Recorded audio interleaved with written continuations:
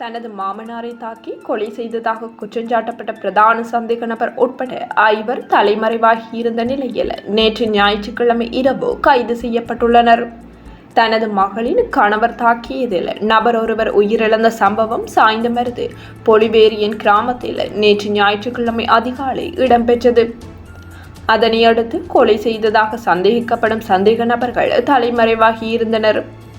இச்சம்பவத்தில் மீரா சாஹிப் சின்னராசா வயது 62 என்பவரே இவ்வாறு உயிரிழந்துள்ளார். தனது மகளை விவாகரத்து செய்ய தயாரான மருமகனுடன் குறித்த நபருக்கு ஏற்பட்ட முரண்பாடு கொலையில் முடிவடைந்துள்ளதாக ஆரம்பகட்ட விசாரணையிலிருந்து தெரிய வந்துள்ளது.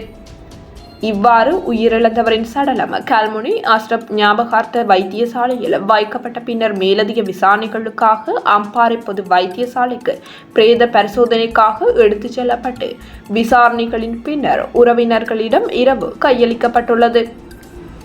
அத்துடன் சம்பவ இடத்திற்கு கல்முனை நீதிமன்ற பதில் நீதிவான் அப்துல் ரசீத் முகமது கலீல் சென்று விசாரணைகளை மேற்கொண்டுள்ளார். இச்சம்பவத்தில் உயிரிழந்த நபரை தாக்கி படுகொலை செய்ததாக குற்றச்சாட்டப்பட்ட பிரதான சந்தேக நபர் மட்டக்களப்பு மாவட்டம் வாழைச்சேனை பகுதியிலிருந்தும் ஏனைய 4 சந்தேக நபர்களும் சாய்ந்தமருது பகுதியிலிருந்தும் கைது செய்யப்பட்டுள்ளனர். தனது மாமாவுடன் தகராறு செய்து வந்த பிரதான சந்தேக நபர்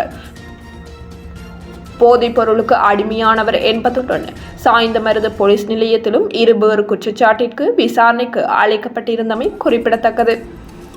மேலும் கைதான 33 வயதான பிரதான சந்தேக நபர் உட்பட குறித்த கொலை சம்பவத்திற்கு உடந்தையாக செயற்பட்டதாக குற்றஞ்சாட்டப்பட்ட 19, 20, 18, 19 வயது மதிக்கத்தக்க ஏனைய சந்தேக நபர்களை சட்ட நடவடிக்கைக்காக கல்முனை நீதவான் நீதிமன்றத்தில் ஆஜர்படுத்த சாய்ந்தமருது போலீஸ் பொறுப்பதிகாரி சம்சுதீன் தலைமையிலான போலீசார் நடவடிக்கை மேற்கொண்டுள்ளனர்.